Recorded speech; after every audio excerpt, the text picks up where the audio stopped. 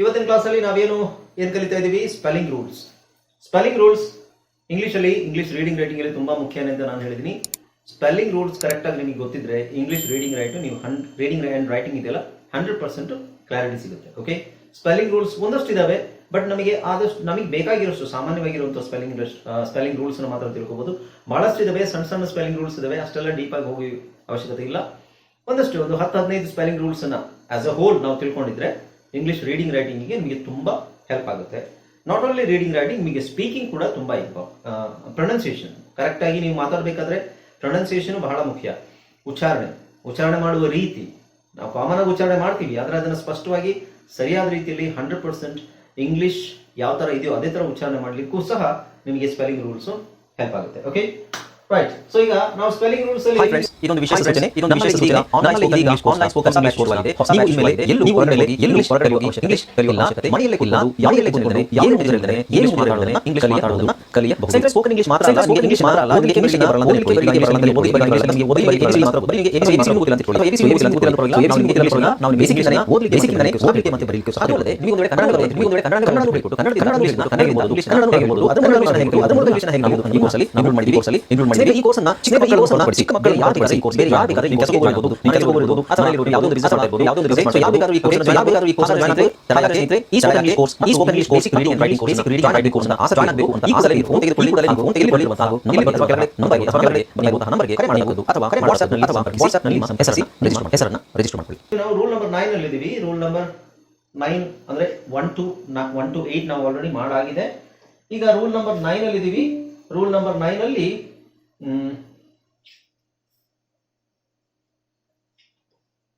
Okay, so rule number 9 ಏನು ಹೇಳುತ್ತೆ ನಿಮಗೆ? SSION. ಸೊ SSION ಗೆ ಒಂದೇ ಉಚ್ಚಾರಣೆ ಇರೋದು, ವಿಚ್ ಇಸ್ ಶನ್ ಅಂತ ಹೇಳ್ತೀವಿ. ಯಾವುದು? ಶನ್. SSION ಗೆ ಒಂದೇ ಉಚ್ಚಾರಣೆ. ಅದೇ SION ಗೆ ಎರಡು ಉಚ್ಚಾರಣೆ ಇದೆ. ಅದರಲ್ಲಿ ಯಾವುದು? ಒಂದು ಜನ್ ಅಂತ ಹೇಳ್ತೀವಿ, ಇನ್ನೊಂದು ಕಾಮನ್ ಆಗಿ ಶನ್ ಅಂತ ಹೇಳ್ತೀವಿ. ಶನ್ ಎಲ್ಲಿ ಹೇಳ್ತೀವಿ? ಎಲ್ ಮತ್ತೆ ಎನ್ ಆದ ನಂತರ SION ಬಂದ್ರೆ ಶನ್ ಅಂತ ಹೇಳ್ತೀವಿ. ಆಮೇಲೆ ವಾವೆಲ್ಸ್ ಮತ್ತೆ ಆರ್ ಅಕ್ಷರ ಆದ ಮೇಲೆ ನಿಮಗೆ SION ಅಂತ ಬಂದ್ರೆ ಅದನ್ನ ಜನ್ ಅಂತ ಹೇಳ್ತೀವಿ. ರೈಟ್. ಸೊ ಆಲ್ರೆಡಿ ನಾನು ವರ್ಡ್ಸ್ ಕೊಟ್ಟಿದ್ದೀನಿ ನಿಮಗೆ. Let's move on to the next rule. Okay, so rule number 10. Rule number 10 ಅಲ್ಲಿ ಏನ್ ಹೇಳುತ್ತೆ ಅಂತ ಹೇಳಿದ್ರೆ, ಸೊ ಈ ನಂಬರ್ ಇದೆಯಲ್ಲ, ನಂಬರ್ ಬಂದು ಹೀಗೆ ಇರಬೇಕು ಅಂತಿಲ್ಲ. ಈಗ ನಾನು ಇದನ್ನ 10 ಅಂತ ಹೇಳ್ಬೋದು, ಅಥವಾ ಬೇರೆಯವರು 3, 4 ಅಂತ ಇರ್ಬೋದು. ಅವ್ರವ್ರದೇ ಸಿಸ್ಟಮ್ ಇರುತ್ತೆ. ಓಕೆ, ಸೊ ಇಂಗ್ಲಿಷ್ ಅಲ್ಲಿ ಇದೇನಾ 10 rule number, spelling rule number 10 ಇದೇನಾ ಅಂತ ಕೇಳಿದ್ರೆ ಅಲ್ಲ. ಒಬ್ಬೊಬ್ರು ಒಂದೊಂದು ತರ ಫಸ್ಟ್, ಸೆಕೆಂಡ್, ಥರ್ಡ್ ಅಂತ ಮಾಡ್ತಾರೆ. ಓಕೆ, ಅದು ಅವ್ರವ್ರಿಗೆ ಬಿಟ್ಟಿದ್ದು. ಅವರು ಒಬ್ಬೊಬ್ರು ಟೀಚರ್ಸ್ ಒಂದೊಂದು ತರ ಮಾಡ್ತಾರೆ. ಓಕೆ, ನಾವು ಸೊ ರೂಲ್ ನಂಬರ್ 10 ಅಲ್ಲಿ ಏನ್ ಹೇಳ್ತೀವಿ ಅಂತ ಹೇಳಿದ್ರೆ CH ಮತ್ತೆ TCH. ಸೊ TCH ಬಂದ್ರೆ ಕಾಮನ್ ಆಗಿ ನಾನು ಹೇಳಿದೆ ನಿಮಗೆ ಟಿ ಸೈಲೆಂಟ್ ಮಾಡಬೇಕು. ರೈಟ್. TCH ಅಲ್ಲಿ ಟಿ ಸೈಲೆಂಟ್ ಆಗಿರುತ್ತೆ, CH ಮಾತ್ರ ಉಚ್ಚಾರಣೆ ಮಾಡ್ತೀವಿ. ಆ CH ನ ನಾವು ಅಂತಾನೆ ಉಚ್ಚಾರಣೆ ಮಾಡ್ತೀವಿ, ಹೊರತು ಕ ಅಂತ ಉಚ್ಚಾರಣೆ ಮಾಡಲ್ಲ. ಓಕೆ, ಸೊ ಇದರಲ್ಲಿ ಏನ್ ಹೇಳ್ತಂತೆ, ಸಿಂಗಲ್ ಸಿಲೆಬಲ್ ಪದದಲ್ಲಿ ಶಾರ್ಟ್ ವಾವೆಲ್ ನಂತರ ಸೌಂಡ್ಗೆ ಸಾಮಾನ್ಯವಾಗಿ TCH ಆಗಿರುತ್ತದೆ. ಅರ್ಥ ಆಯ್ತಾ? ಸಿಂಗಲ್ ಅಂದ್ರೆ ಎಕ್ಸೆಪ್ಷನ್ಸ್ ಇರ್ಬೋದು. ಎಕ್ಸೆಪ್ಷನ್ಸ್ ಇಲ್ಲ ಇದೆ ನೋಡಿ, ಎಕ್ಸೆಪ್ಷನ್ಸ್. ಈಗ ಸಿಂಗಲ್ ಸಿಲೆಬಲ್ ಪದದಲ್ಲಿ ಶಾರ್ಟ್ ವೋವೆಲ್ ಆದ ನಂತರ, ಸೊ ಈಗ ಶಾರ್ಟ್ ವೋವೆಲ್, ಲಾಂಗ್ ವೋವೆಲ್ ಎಲ್ರಿಗೂ ಗೊತ್ತಿರಬೇಕು. ಶಾರ್ಟ್ ವೋವೆಲ್ ಅಂದ್ರೆ ಏನು? A E I O U. Long ವೋವೆಲ್ ಅಂದ್ರೆ ಏನು? A E I O U. Okay, right. So short ವೋವೆಲ್ ಗೊತ್ತಾಯ್ತಲ್ಲ, A E I O U. So ಇದಾದ ನಂತರ ನಮಗೆ ಒಂದು ವೇಳೆ ಚ್ ಅಂತ ಸೌಂಡ್ ಬಂದ್ರೆ ಅದಕ್ಕೆ ನಾವು ಏನ್ ಹೇಳ್ಬೇಕು? ಚ ಅಂತಾನೆ ಹೇಳ್ತೀವಿ, ಬಟ್ ಅದಕ್ಕೆ ಅಕ್ಷರ ಹಾಕ್ಬೇಕಾಗಿರೋದು TCH. ಓಕೆ, TCH ಅಂತ ಅಕ್ಷರ ಹಾಕ್ತೀವಿ. ಅರ್ಥ ಆಯ್ತಲ್ಲ? ಇದರ ಅರ್ಥ ಏನು? ಇಲ್ಲಿ ನೋಡಿ, TCH ಇದೆ. ಇದರ ಅರ್ಥ ಏನು? ಅದರ ಪಕ್ಕದಲ್ಲಿ ನಿಮಗೆ ಶಾರ್ಟ್ ವೋವೆಲ್ ಇದೆ, ಎ. ಇದನ್ನ ನಾವು ಬೇಚ್ ಅಂತ ಹೇಳಂಗಿಲ್ಲ, ಬ್ಯಾಚ್ ಅಂತ ಹೇಳ್ತೀವಿ. ಓಕೆ, ಅದೇ ತರ TCH ಇದೆ, ಐ ಇದೆ, ಇಚ್, ಬಿಚ್. ಇದು TCH ಇದೆ, ಓ ಇದೆ, ಆ. ಆಚ್, ಔಚ್ ಅಂತ ಹೇಳಲ್ಲ, ಆಚ್. ಎ ಇದೆ ಆ, ಸೊ ಕ್ಯಾಚ್, ಇದು ಡಿಚ್. ಓಕೆ, ಸೊ ಇದರ ಅರ್ಥ ಏನು? ಟಿ ಸಿ ಎಚ್ ಗಿಂತ ಮುಂಚೆ ನಮಗೆ ಶಾರ್ಟ್ ವೊವೆಲ್ ಇದೆ, ಆಲ್ವೇಸ್ ಶಾರ್ಟ್ ವೊವೆಲ್ ಇದೆ, ಅಥವಾ ಶಾರ್ಟ್ ವೊವೆಲ್ ಆದ್ಮೇಲೆ ಟಿ ಸಿ ಎಚ್ ಬಂದಿದೆ, ರೈಟ್? ಇಲ್ಲಿ ಶಾರ್ಟ್ ವೊವೆಲ್ ಅಚ್, Dutch, etch, etch, itch, itch, hatch, ಟಿಚ್, ಹಚ್, ಮ್ಯಾಚ್, ಮಿಚ್, notch, patch, pitch, wretch, watch. ಇಲ್ಲಿ ಶಾರ್ಟ್ ವೊವೆಲ್ ಅಂತಾನೆ ಕನ್ಸಿಡರ್ ಮಾಡೋದು. ಇದನ್ನ ವಾ ಅಂತ ಹೇಳಲ್ಲ, ವಾ ಅಂತ ಹೇಳ್ತೀವಿ, watch. Okay, which, latch, Butch. Butch ಇಲ್ಲಿ ಸ್ವಲ್ಪ ಊ ಅಂತ ಬಂದ್ರೆ ಇದೊಂದು ಸ್ವಲ್ಪ ಚೇಂಜ್ ಆಗುತ್ತೆ, ಊ ಅಂತ ಬರುತ್ತೆ. ಲಾಂಗ್ ವೊವೆಲ್ ಅಲ್ಲ, ಅದು ಊ ಅಲ್ಲ, ಉ, ಯು ಅಲ್ಲ, ಉ, ಉ, ಅದು ಶಾರ್ಟ್ ಆಗಿ ಇರುತ್ತೆ, ಬಟ್ ಊ ಅಂತ ಬರುತ್ತೆ ಅಷ್ಟೇ, ಅದೊಂದು ಸೌಂಡ್. ಬುಚ್ ಅಥವಾ ಬುಚ್, ಬುಚ್. ಎಕ್ಸೆಪ್ಷನ್ಸ್, ಎಕ್ಸೆಪ್ಷನ್ಸ್ ಅಂದ್ರೆ ಇಲ್ಲಿ ಶಾರ್ಟ್ ವೊವೆಲ್ ಇದೆ ಆದ್ರೆ ಟಿ ಸಿ ಎಚ್ ಇಲ್ಲ. ಇಲ್ಲಿ ಶಾರ್ಟ್ ವೊವೆಲ್ ಇದೆ ಆದ್ರೆ ಸಿ ಎಚ್ ಇದೆ. Short vowel C H, short vowel C H, short ಇಲ್ಲಿ short vowel C H. Okay, so ಇಲ್ಲೇನಾಗುತ್ತೆ? These are exceptions. ಓಕೆ, ನೋಡಿ, touch, sandwich, detach, A C H, detach, ostrich, I C H, ಇಲ್ಲಿ A C H, spinach. Okay, so ಇದೆ exceptions. First rule ಏನ್ ಹೇಳುತ್ತೆ? Short vowel ಆದ್ಮೇಲೆ ನಾವು sound ಬಂದ್ರೆ T C H ಹಾಕಬೇಕು, but these are some of the exceptions. Okay, ನಾವು 10.1 ನಲ್ಲಿ ಇನ್ನೊಂದು ರೂಲ್ ಏನ್ ಹೇಳುತ್ತೆ ನೋಡಿ. ಸಿಂಗಲ್ ಸಿಲೆಬಲ್ ಪದದಲ್ಲಿ ಲಾಂಗ್ ವೊವೆಲ್ ಅಥವಾ ಕಾನ್ಸನೆಂಟ್ ನಂತರ ಸೌಂಡ್ಗೆ ಸಾಮಾನ್ಯವಾಗಿ ಸಿ ಎಚ್ ಆಗಿರುತ್ತೆ. ಸಿಂಗಲ್ ಸಿಲೆಬಲ್ ಅಲ್ಲಿ ಲಾಂಗ್ ವೊವೆಲ್ ಅಥವಾ ಕಾನ್ಸನೆಂಟ್ ನಂತರ ಲಾಂಗ್ ವೊವೆಲ್, ಓಕೆ, ಸಾಮಾನ್ಯವಾಗಿ ಏನಾಗಿರುತ್ತೆ? C H I. Short vowel ಏನಾಗಿರುತ್ತೆ? ಟಿ ಸಿ ಎಚ್, ಆಚ್, ಮ್ಯಾಚ್. ಲಾಂಗ್ ವೊವೆಲ್ ಏನಾಗಿರುತ್ತೆ?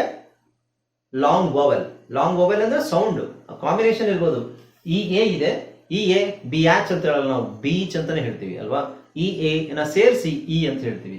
So long vowel E, beach, beach, belch. Okay, long vowel ಆದ್ರೆ ಮಾತ್ರ. ಅಂಡ್ ಕಾನ್ಸನೆಂಟ್ ಇಲ್ಲಿ ಎರಡಿದೆ ನೋಡಿ, 2 ಪಾಯಿಂಟ್ ನೀವು ತಲೆಯಲ್ಲಿ ಇಟ್ಕೋಬೇಕು. ಲಾಂಗ್ ವೊವೆಲ್ ಅಥವಾ ಕಾನ್ಸನೆಂಟ್,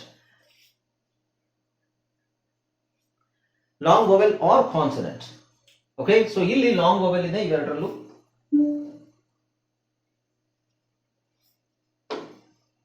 ಇಲ್ಲಿ ಇ ಎ,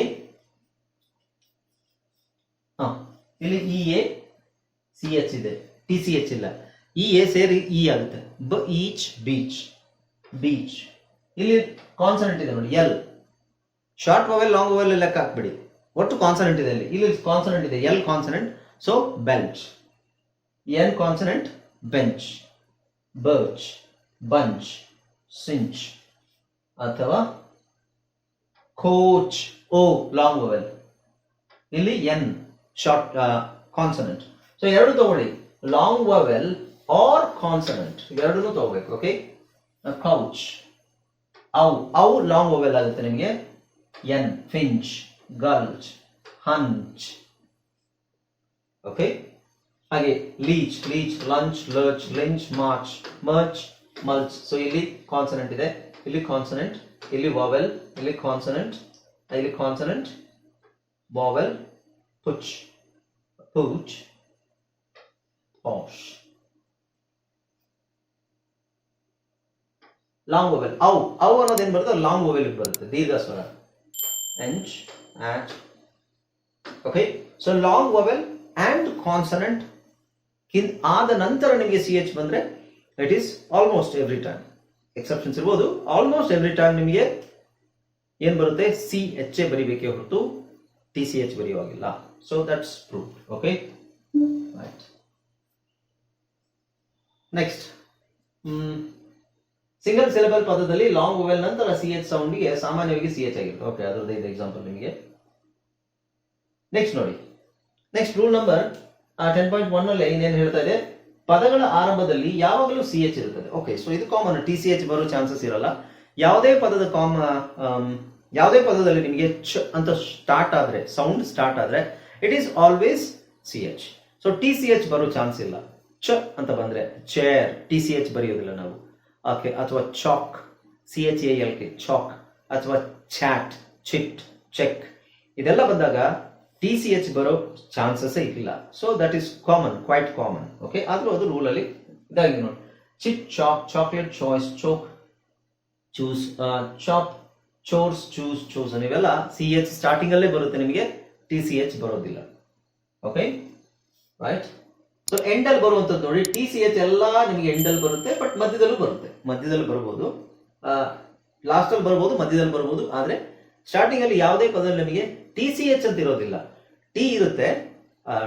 ಟಿ ಇಂದ ಶುರುವಾಗುವಂಥದ್ದು ಬೇರೆ ಪದ ಸೈಲೆಂಟ್ ಲೆಟರ್ಸ್ ಅಲ್ಲಿ, ಉದಾಹರಣೆಗೆ ಸುನಾಮಿಯಲ್ಲಿ ಟಿ ಫಸ್ಟಿಗೆ ಬರುತ್ತೆ, but not TCH. Okay, all right. Okay, so ಇದು CH ಮತ್ತೆ TCH ರೂಲ್ ಆಯ್ತು. CH ಎಲ್ಲಿ ಬರಬೇಕು, TCH ಎಲ್ಲಿ ಬರಬೇಕು ಅನ್ನೋದು ನಿಮಗೆ ಗೊತ್ತಾಯ್ತು ಅಲ್ವಾ. The next rule is, okay, ನಾವೇನ್ ನೋಡ್ತಾ ಇದೀವಿ, ಸ್ಪೆಲ್ಲಿಂಗ್ ರೂಲ್ಸ್ ನೋಡ್ತಾ ಇದೀವಿ.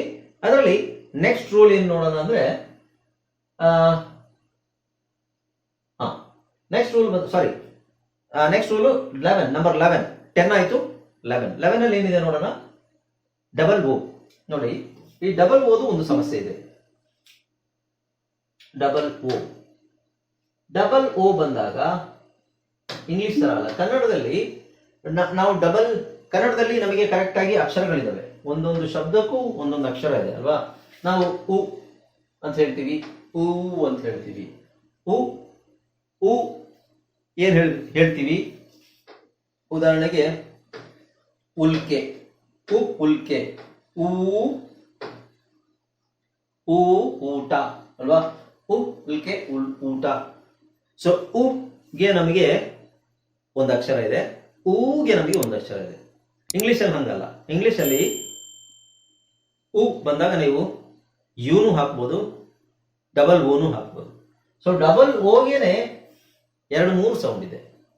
ಕಾಮನ್ ಆಗಿ ಒಂದು ಉ, ಇನ್ನೊಂದು ಉ, ಕಾಮನ್ ಆಗಿ ಯೂಸ್ ಮಾಡೋದು ಉ.